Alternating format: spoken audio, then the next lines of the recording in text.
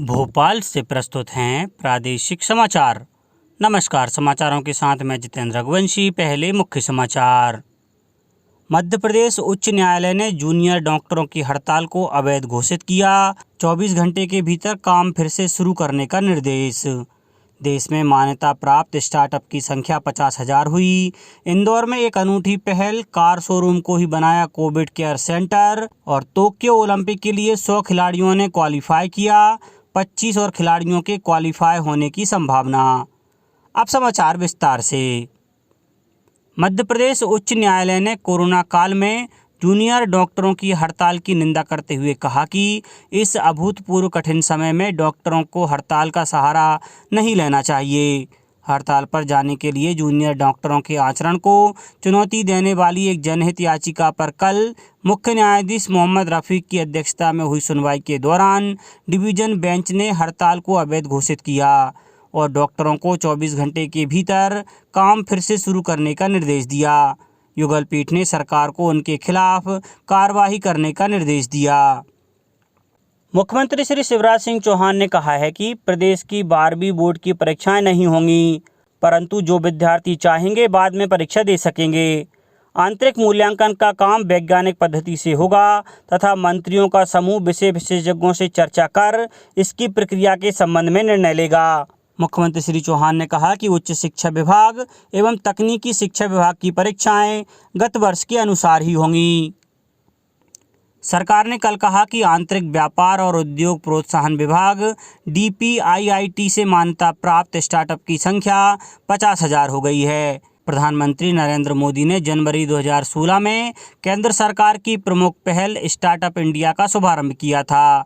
वाणिज्य और उद्योग मंत्रालय ने कहा कि मान्यता प्राप्त स्टार्टअप 623 जिलों में फैले हैं। प्रत्येक राज्य और केंद्र शासित प्रदेश में कम से कम एक स्टार्टअप है।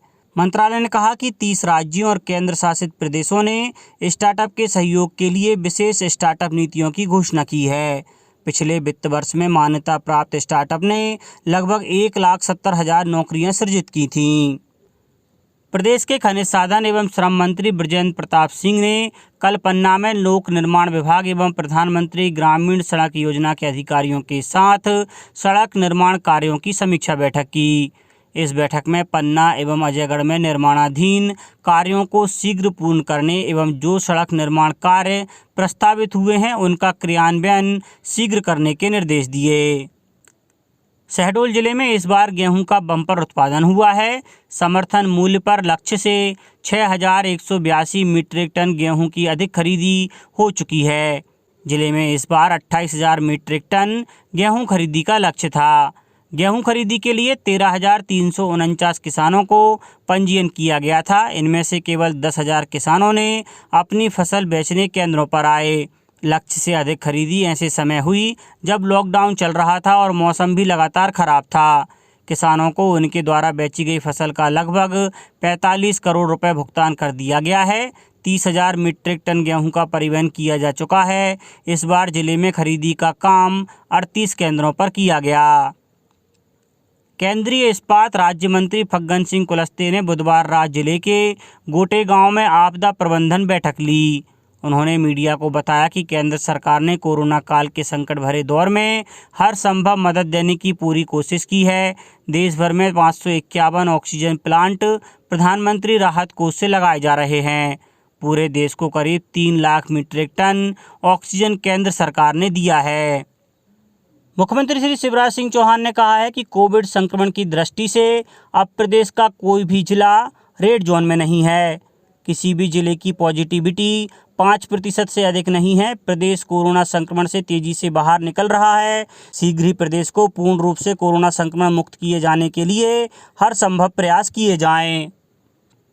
रेलवे बोर्ड के अध्यक्ष सुनीत शर्मा ने कहा है कि कोविड महामारी की चुनौती के बावजूद रेलवे ने पिछले वर्ष सितंबर से इस वर्ष मई तक लगातार 9 महीने रिकॉर्ड माल ढुलाई की उपलब्धि हासिल की।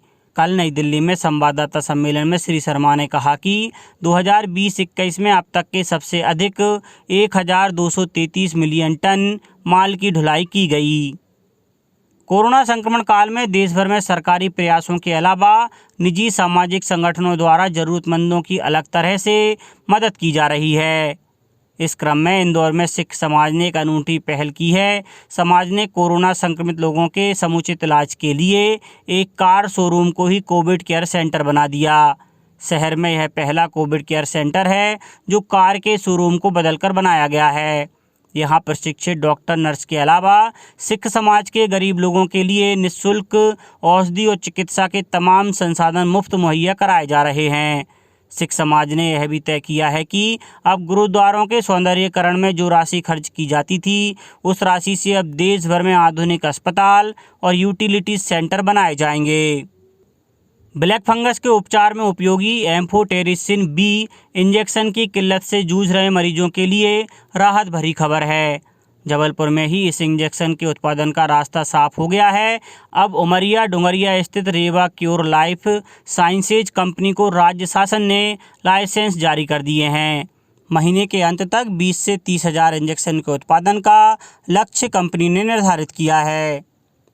भारत ने पिछले वित्तीय वर्ष में 43,717 करोड़ रुपए से अधिक के 11,49,000 टन समुद्री उत्पाद का निर्यात किया है। वाणिज्य और उद्योग मंत्रालय ने कहा कि अमेरिका, चीन और यूरोपीय संघ सबसे बड़े आयातक थे। मंत्रालय ने कहा कि कोविड महामारी के कारण वर्ष 2020-21 की पहली 6 माही में समुद्री खाद्य पदार्थों का निर्यात बुरी तरह से प्रभावित हुआ है, लेकिन अंतिम तिमाही के दौरान इसमें बड़ा सुधार हुआ। अंतर्राष्ट्रीय बाजारों में गिरावट के रुख के बावजूद घरेलू शेयर बाजार में सोने के मूल्य में तेजी देखने को मिली, लेकिन मांग कम निकलने से चांदी की चमक फीकी पड़ गई। मल्टी कमोडिटी एक्सचेंज में जून महीने में आपूर्ति किए जाने वाले सोने का मूल्य अंतर्दिवसीय कारोबार में 500 रुपये बढ़कर 49,650 रुपये प्रति 10 ग्राम पर पहुंच गया। मध्य क्षेत्र विद्युत वितरण कंपनी कार्य क्षेत्र के भोपाल, नर्मदापुरम, ग्वालियर एवं चंबल संभाग के 16 जिलों में निम्न दाब, उच्च दाब एवं कृषि पंप कनेक्शन के लिए ऑनलाइन आवेदन करने की व्यवस्था की गई है। कंपनी के प्रबंध संचालक श्री गणेश शंकर मिश्रा ने कहा कि मैदानी अधिकारियों को स्पष्ट निर्देश दिए गए हैं कि बिजली कनेक्शन के लिए केवल ऑनलाइन माध्यम से ही नवीन कनेक्शन के आवेदन अतिशीघ्र नियमानुसार स्वीकृत कर उपभोक्ताओं के घर, दुकानों एवं खेतों में बिजली पहुंचाएं। कंपनी ने कहा कि बिजली उपभोक्ताओं को नए कनेक्शन के साथ साथ मौजूदा कनेक्शन के भार में वृद्धि एवं कमी के लिए बिजली कंपनी की वेबसाइट portal.mpcz.in/उपाय ऐप पर जाकर ऑनलाइन आवेदन करना होगा। अब कुछ समाचार खेल जगत से। टोक्यो ओलंपिक के लिए 11 खेल स्पर्धाओं के लिए 100 खिलाड़ियों ने क्वालिफाई किया है। ओलंपिक्स खेलों की तैयारी की समीक्षा बैठक में प्रधानमंत्री नरेंद्र मोदी को बताया गया कि 25 और खिलाड़ियों के क्वालिफाई होने की संभावना है। केंद्रीय खेल मंत्री किरेन रिजिजू और खेल मंत्रालय के वरिष्ठ अधिकारी बैठक में मौजूद थे। ओलंपिक्स खेलों की तैयारी की समीक्षा बैठक की अध्यक्षता करते हुए प्रधानमंत्री ने कहा कि खेल देश के राष्ट्रीय चरित्र के हृदय में बसा है। उन्होंने टीकाकरण से लेकर प्रशिक्षण सुविधाओं तक खिलाड़ियों की सभी ज़रूरतों को उच्च प्राथमिकता के आधार पर पूरा करने पर जोर दिया। प्रधानमंत्री ने कहा कि वैश्विक मंच पर प्रत्येक युवा खिलाड़ी की सफलता से हजारों युवाओं को खेलों में भाग लेने की प्रेरणा मिलेगी। श्री मोदी ने कहा कि जुलाई में वे ओलंपिक दल के सदस्यों के साथ वीडियो कॉन्फ्रेंस के माध्यम से संपर्क में रहेंगे। अब कुछ समाचार संक्षेप में। लेफ्ट राइट पद्धति से खुलेंगे मुरैना के बाजार, सुबह 9 बजे से शाम 5 बजे तक खोलने की अनुमति। होटल रेस्टोरेंट में पैकिंग सिस्टम लागू होगा। मुरैना जिला क्राइसिस मैनेजमेंट की बैठक में केंद्रीय मंत्री नरेंद्र सिंह तोमर, प्रभारी मंत्री भारत सिंह, विधायकगण वर्चुअल रूप से शामिल हुए। जिला रोजगार कार्यालय गुना के माध्यम से निजी क्षेत्र के नियोजक द्वारा 4 जून को दोपहर 2 बजे वर्चुअल ऑनलाइन रोजगार मेले का आयोजन किया जाएगा। और धार जिले के प्रसिद्ध जैन तीर्थ स्थल मोहनखेड़ा के आचार्य परम पूज्य गच्छाधिपति आचार्य देवेश श्रीमद विजय ऋषभचंद्र सूरीश्वर जी महाराज का कल कोविड के कारण देवलोक गमन हो गया। अंत में मुख्य समाचार एक बार फिर। मध्य प्रदेश उच्च न्यायालय ने जूनियर डॉक्टरों की हड़ताल को अवैध घोषित किया। 24 घंटे के भीतर काम फिर से शुरू करने का निर्देश। देश में मान्यता प्राप्त स्टार्टअप की संख्या 50,000 हुई। इंदौर में एक अनूठी पहल, कार शोरूम को ही बनाया कोविड केयर सेंटर। और टोक्यो ओलंपिक के लिए 100 खिलाड़ियों ने क्वालिफाई किया, 25 और खिलाड़ियों के क्वालिफाई होने की संभावना। इस बुलेटिन में इतना ही। घर पर रहिए, सुरक्षित रहिए और सुनते रहिए प्रादेशिक समाचार। नमस्कार।